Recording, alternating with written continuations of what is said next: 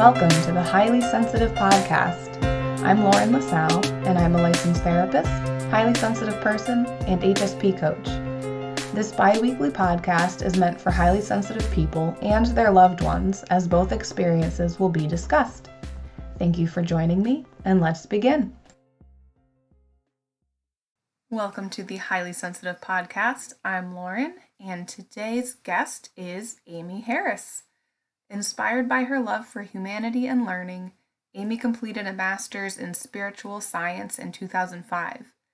Amy has studied spirituality, coaching, business, the nervous system, authentic relating, yoga, pre- and postnatal fitness, somatic practices, graphic design, leadership, and culture. Amy is a shamanic practitioner, embodiment facilitator, and an energy coach. I really enjoyed my conversation with Amy, and I think you will too. She shared a lot of information that hasn't been covered on the podcast before, including how she coaches and things that she works on with her clients. So I'm very excited to have had her on the podcast. And before we get into the conversation, just to remind you that if you have any ideas for episode topics, if you have any questions for me to answer on the podcast, or if you want to write an email sharing your story for me to read on the podcast, you can email me at lauren@laurenlasallecoaching.com. You can find out more about my coaching program, as well as resources and links to my social media, by visiting my website at laurenlasallecoaching.com. And you can also sign up for my email list on my website. And by doing so, you will receive a free resource from me called 5 Self-Care Tips for Highly Sensitive People. All right, here is my conversation with Amy. Hi, Amy. Thank you so much for being here. Thanks for having me, Lauren. Of course. I'm excited to talk to you and hear what you have to share. So what was your experience like discovering that you are a highly sensitive person? I mean, the initial discovery, I think, I was like 15 or 16, and my therapist said something about it, and I was like, ugh, I am not that. Like, I don't know. It was like I just didn't want to be more weird than I already felt. And so I was initially like kind of ignored it and was just like, no, that's not at all the case. And I think that's kind of normal for a teenager to rebel against whatever is put on you. Mm-hmm. And then again, the same therapist I started seeing her again in my 20s, and she brought it up again. And I like took it on a little more deeply later in my 20s, probably about 10 years later. I would like, oh, like I did the online quiz and got like a super high score. And in my 20s, it made more sense. I was able to understand it more. I think just because I had more life experience and more experience of being in the world on my own. Mm-hmm. So, yeah. And then from there, what I did with that was try to figure out how to like make that powerful, make it something that was a gift, make it something that I could use, make it something that was an attribute rather than a problem. Because most of my relationship with my sensitivity in my childhood was that it was problematic and it was something that had to be solved and there were no solutions and this kid is impossible. And so in my 20s, I just sort of like, what can I do with this and how can I utilize this not only for myself, but for how I show up in the world. So that's awesome. Wow, it's so nice that your therapist was aware of high sensitivity, because I feel like it's much more widely known now, but there still aren't enough therapists that are aware of it. I agree. And it's funny, I even look up like the definition of it. I recently looked up and it said it was like a personality thing. And I was like, I mean, I'm not in the science realms, but I don't think this is personality. Like it's actually our nervous systems, guys. Mm-hmm. Yeah, I agree. And I think my mom worked really hard to find her because my mom knew I would need someone who could be in those realms of sensitivity with me. So having a sensitive mom helped me find a therapist that was attuned to that. Yeah. Wow, that's great. So Yeah. what's it like growing up with a mom who is also highly sensitive? And are there any tools that you learned from her? I've been unpacking my childhood a lot lately, and I think it's really easy that your childhood just becomes like the norm. Hmm. I knew she wasn't normal. I knew we weren't normal in the sense of like I couldn't eat grilled cheese, I couldn't touch a dandelion, like pizza wasn't allowed. Like, there's all these sort of restrictions, and that's how it felt. It felt to me at the time. It just felt like I just want to be normal, when I was a kid. I just was like, why can't I have the pizza or whatever? Why can't I go to the sleepover? All of that. And looking back now, I see how much because of who she was, she went to the alternative practitioners for me first. So instead of going to an allopathic doctor who usually resulted in, if we needed to go there, we did, but we always went like, okay, is it homeopathics that we need? Is it nutrition that we need? Is it sound healing? Like I had access to, I grew up in a small town, but all of the alternative health people in the town, I had access to acupuncture, all that type of stuff. So that is like really, for the work I do now, it's like a really beautiful thing. And I can really see like, wow, I was so well cared for. I was so held, so much privilege that she knew that stuff. But I think, it was the 80s and 90s. So she was also in the process of discovering it for herself. So she was like, how can I help my kid? Which, in my view, and I don't really remember, hopefully she went to the practitioners as well and got cared for, So so that was a really big gift that I was given by her, was just really, really well cared for. Mhm. Do you know how she kind of started finding out about high sensitivity back then? I have never asked her specifically what she does a lot of research. So she's like constantly buying books and reading. And she was in a course for homeopathics. And I think, Huh. I don't know how she got introduced to homeopathy, but homeopathy is a very subtle medicine. If you've never worked with it, it's basically the essence of things get distilled down, and then you're sort of just taking the energy of things in. So I think maybe that was a doorway for her, is at some point on her journey, someone was like, try these pills or whatever. And that opened up a doorway for her, to kind of explore alternative health. And I think, when I was very young, I had a very bad reaction to allopathic medicines. And so she immediately started going like, well, what else can I do for this person to take care of her and her body? And clearly this is an overreaction to something. So I think it came that way. I think it was just like one thread after another that led Mhm. her. And she went into the realms of spirituality as well. So she started down that path. And I think that's actually how she found the therapist, was through a spiritual practice or some meditation group or something. Wow, Yeah. Yeah. that's so cool. Just that she knew about these things back then, I think is awesome. Yeah, and I think she was kind of like a hippie maybe, in the 70s. And so she was sort of already in like the alternative mindset. So yeah, Wow. yeah, So it sounds like you've continued to take a lot of what kind of she gave you as a child and you still use that because it's helpful.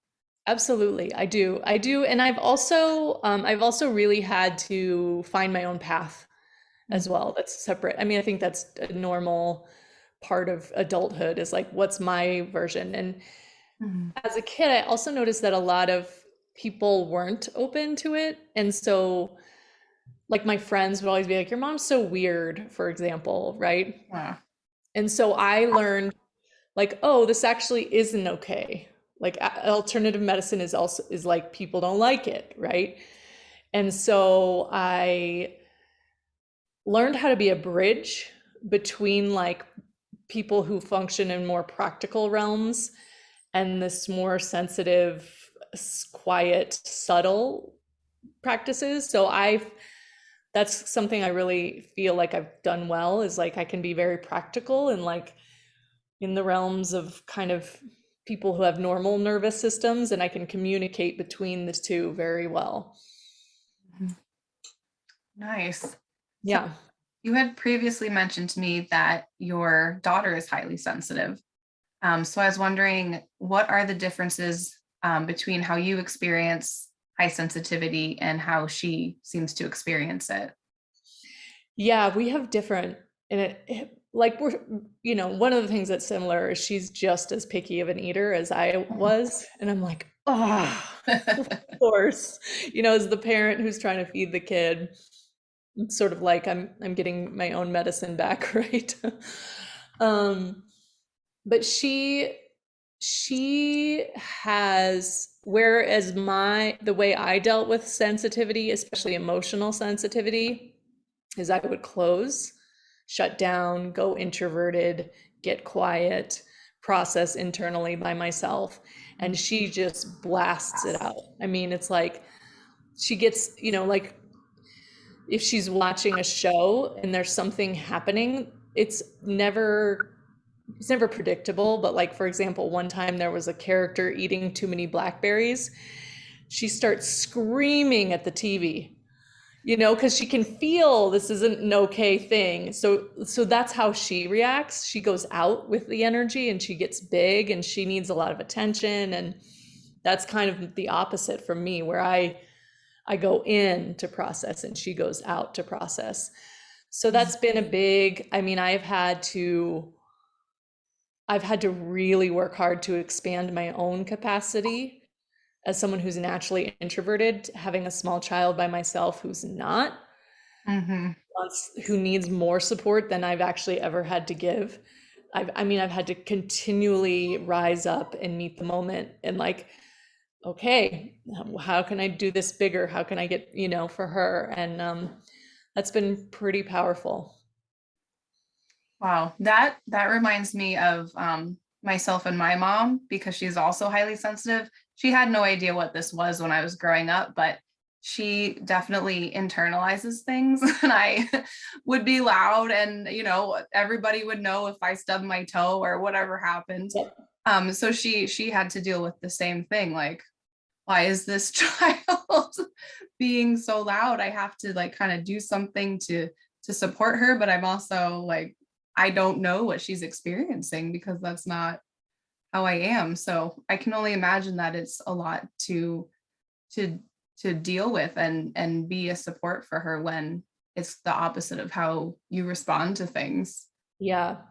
It's been a big learning curve. And she's 6 now, and I finally feel like, oh, I get it, which means it's about to change. But we're hitting a really good stride with it finally. Yeah. Oh, good.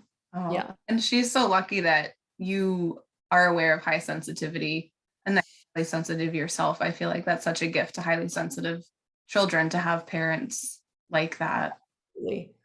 And I can really see it now, now that I'm a mom, and I can really see how much my mom did to support me. And, you know, yeah, yeah, it's Mhm. huge. Mhm. Oh, so I want to talk a little bit about your coaching. So, as a coach for highly sensitive people, what do you tend to work on with clients? I resisted taking this on like for a long time. And then I finally created a course in 2020 called Sensitivity is a Superpower. And I loved teaching that course. It was really fun to um, teach all the different skill sets I have, because I also was very lucky to be in a ballet program as a child. So that the way that I used ballet, which I didn't know at the time, I know now, was that I was using the movements and the repetition and the like, ballet is very structured and predictable, but it's movement.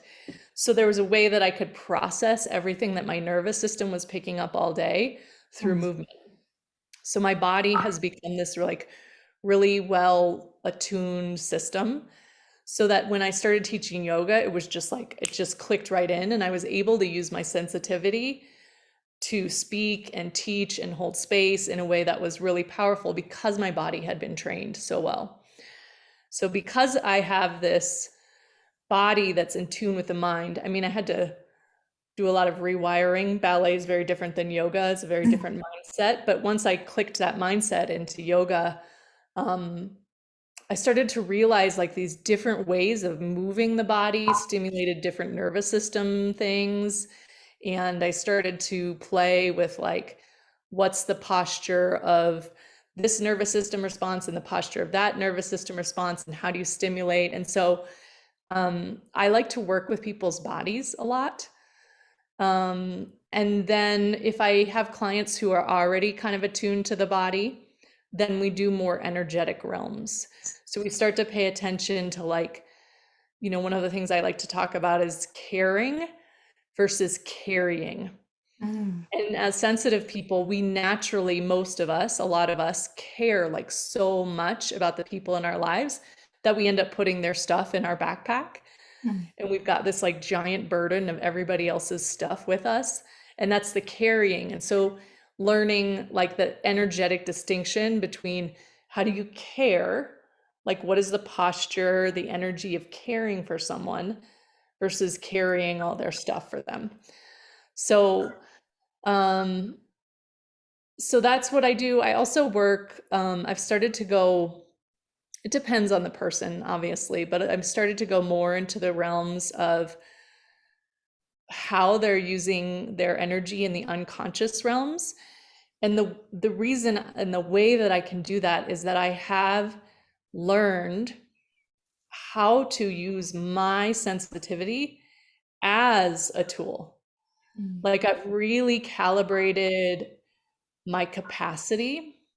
So, for example, before I did all this work that I've been doing for the last 2 years, before I would go to like a farmer's market, I could not be at a farmer's market. It was so hard for me, so much stimulations. It was just like, I felt like sandpaper on my skin.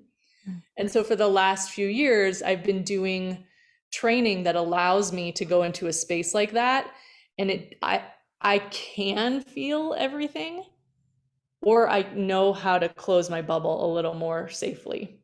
So I have this capacity to be like open and feeling everything, or contained and not so impacted. And because I've calibrated that and opened my capacity and built my resilience, I can do like really deep work with people because I can feel, oh, something's off there, or you didn't catch it, or, and it's interesting too. So many people are more sensitive than they even know. And I actually believe that like sensitivity is natural, and that it's kind of more unnatural to shut it down, and like the ways that we like pretend we don't see things or feel things or notice things is is really unfortunate. And part of why we're in the circumstances we are as a collective human situation. But not all of my clients currently identify as sensitive, although as soon as we start unpacking stuff, it's like very clear that they are. So that's been an edge for me in my own, like talking about what I do, is like not everybody, it's interesting, not everybody wants to admit that they're sensitive because they're sort of a like it's kind of got a bad rap. It's kind of associated with weakness and like timidness, or like it just it doesn't feel empowering always to claim it. And I really want to change that. Like I really want those of us who are sensitive to be like, yeah, I can feel that you're lying. Yes, I can feel that you're distorting something. I can feel that, that plug over there is radiating too much, or whatever. We all have our own ways of feeling and sensing. And, when I get into this realm of sensitivity, that's what I like want to empower us and help us like really understand how to take in and articulate everything that we're able to sense, slow it down and go like, I can feel that, I can feel that, I can sense that, I can smell that. So it's not just this like onslaught of cacophony of chaos just like pouring in at us, but we can really go like dit, dit, dit, dit, dit, dit, dit, because I just feel like it's not a burden. I mean, it could be if you interpret it that way, but your sensitivity can be like super powerful, super Mhm. powerful. Yeah, yeah, for sure.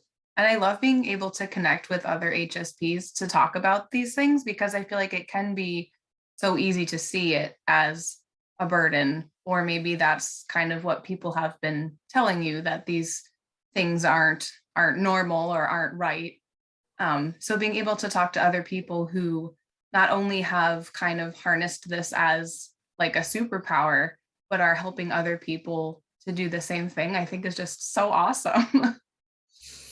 Yeah, it's interesting. This woman came to me a couple weeks ago and she had done my course, I don't know, a year or two ago. And she had all these stories of how, like, just a little bit, in 8 weeks of just shifting her mindset and starting to understand her sensitivity, like, all sorts of amazing things had opened up from that. So it can be really, um, like you said, it's like super helpful to get connected with people who are in the same boat and have figured out a way Mhm. to not be like, I can't ever leave the house. Right. Yeah. Yeah, because I feel like when I first discovered it, I was like, okay, this is me, definitely. And that was kind of the end of that. And then when I started to connect with other HSPs, it just made me feel so validated that I felt like, okay, I can kind of be more open about Mm. now and just really accept that this is who I am and put it out there, I guess. Like a couple of years ago, I probably never would have started this podcast because I was like, what will people think? You know, people are going to know more about me than they do now because I just don't talk about these things. So yeah, it's so nice to meet other HSPs, and I think it is really empowering. And it's just, yeah, I mean, I know it for me, it's made me feel a lot more accepting of who I am. And I'm so grateful for that. It's huge. Yeah. It's huge. If you can have a life where you accept who you are, it's like everything gets easier. Oh Yeah. yeah. Yeah.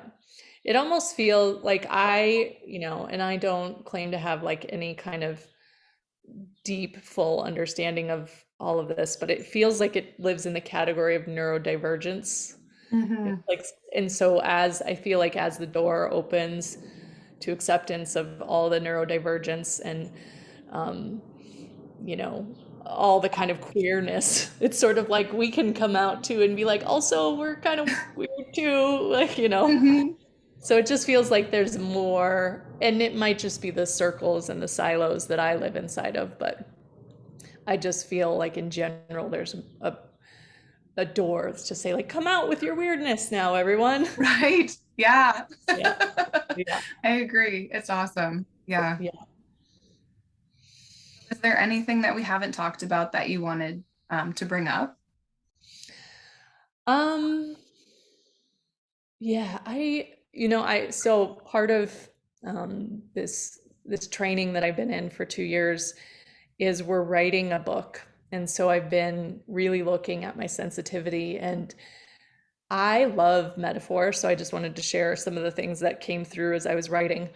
Um, I used to feel like I was a leaf in the wind. Like anything that happened would like knock me off center. Like, any comment that was made, I was like collapsed and like crying in the closet about it.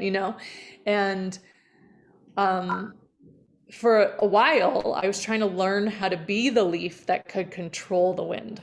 So it was Mhm. like I was always trying to like avoid things or ignore things, right? Or like I can't go over there because that upsets me, right?